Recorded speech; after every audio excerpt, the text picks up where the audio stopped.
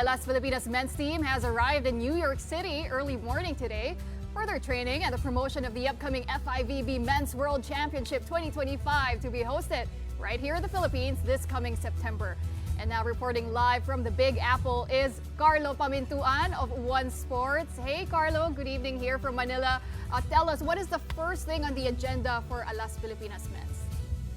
Hi, Pawi. Good morning from New York. Well, after arriving here in New York City, it was straight to the hotel for a bit of rest for our Alas Pilipinas men. But the first order of business will be visiting the Philippine consulate later today in Manhattan.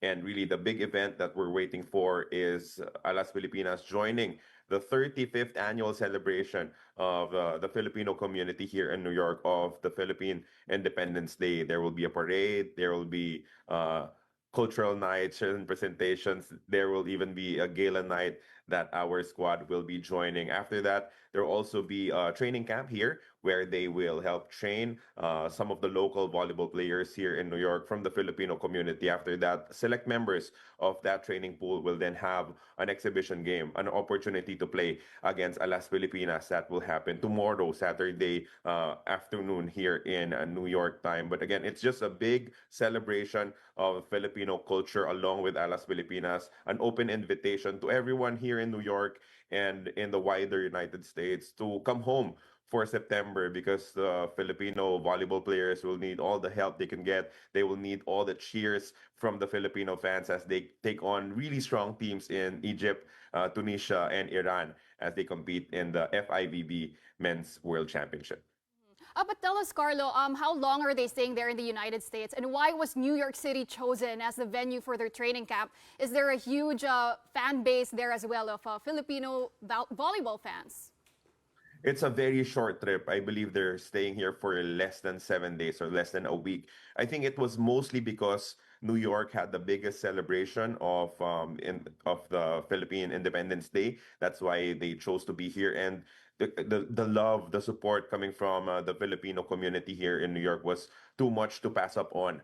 We know that they worked really hard to put together this event, and Alas was chosen to be one of their guests. And it just so happened that there will also be a training camp for them. It's more to bond with the Filipino community here than to really hone their skills for the upcoming tournament come September. This is really more of looking for more talent and just strengthening the connection between our national team and the locals here.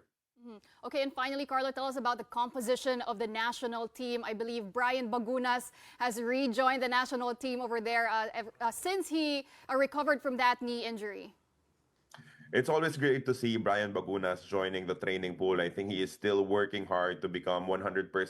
Mark Espejo is also here. After that, you have a lot of big name players. The best of the best have really come together to be able to perform at their very best. You have Steven Rotter, who is coming off a finals MVP stint with Signal HD in the Spikers turf. So in terms of talent, wala ka nang hihingin pa. You can't ask for anything more in terms of forming the national team. Right now, it's really up to the coaches. It's up to the staff to push them and to maximize each and every opportunity that they will have in getting better. Because this is not just the lone foreign trip that they will have. They will be having a couple of more trips, a couple of more tournaments for them to really be at their best come September.